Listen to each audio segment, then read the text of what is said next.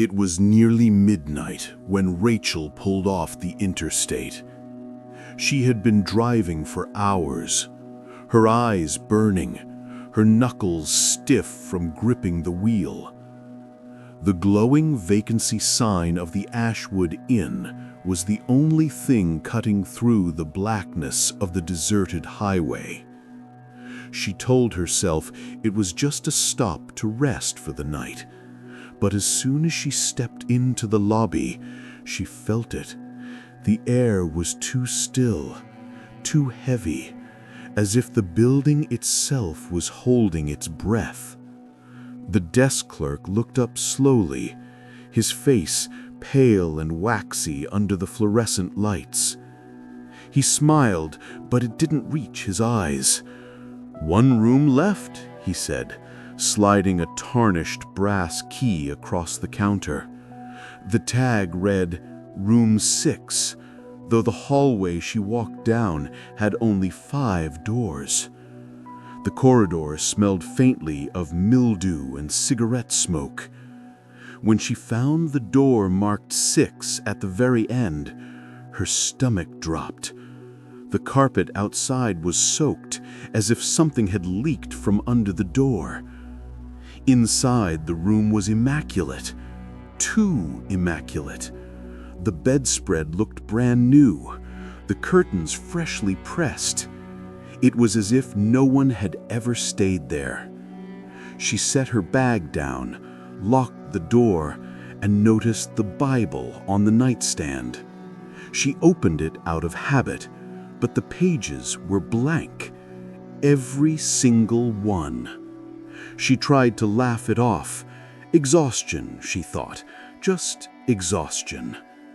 At 2:17 a.m., the phone on the nightstand rang. Startled, she answered. A man's voice whispered, "Get out. He's in the room." Her heart lurched. She spun, scanning the shadows, but the room was empty. The line went dead. Trembling, she checked the closet, under the bed, the bathroom. Nothing. When she returned, the phone was gone, as if it had never been there. Sleep was impossible. She lay on the bed, staring at the ceiling. That's when she noticed the wallpaper pattern above her head wasn't quite right. The flowers were smeared, their outlines warped, as though the paper had been wet and repasted. She reached up, touched it. The paper peeled easily. Behind it, not drywall, but just a pane of glass. On the other side, a dark corridor stretched into blackness. She pressed closer, her breath fogging the glass. Something moved. A pale face leaned forward, eyes too wide, lips twisting into a smile. She staggered back, heart pounding. The glass behind the wallpaper stayed black, empty, nothing there.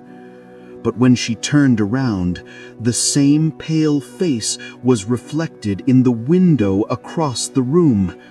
Only now, it was inside.